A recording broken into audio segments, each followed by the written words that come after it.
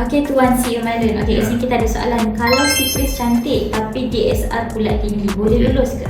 Okey, soalan yang baik. Kalau siklis anda cantik, anda membayar komitmen anda dengan baik setiap bulan, tetapi komitmen anda mungkin tinggi, sekitar 60%, 70% dan sebagainya. Tuan boleh atau tidak? Jawapannya, ada setengah bank memberi anda kebolehan untuk buat komitmen sehingga ke 70%, 80% daripada pendapatan anda. Itu sekiranya anda mempunyai pendapatan yang tinggi, tuan-tuan, gaji anda 8,000, 9,000, 10,000, ataupun anda golongan berniaga. Tetapi kalau anda punya DSR dah memang dah burst, tak ada bank yang boleh bagi anda dana, mungkin solusinya adalah untuk anda membuat persetujuan semula komitmen dengan menutup hutang lama, dengan membuat komitmen baru dengan tempoh yang lebih panjang. Nak kami bantu? Boleh hubungi kami. Assalamualaikum.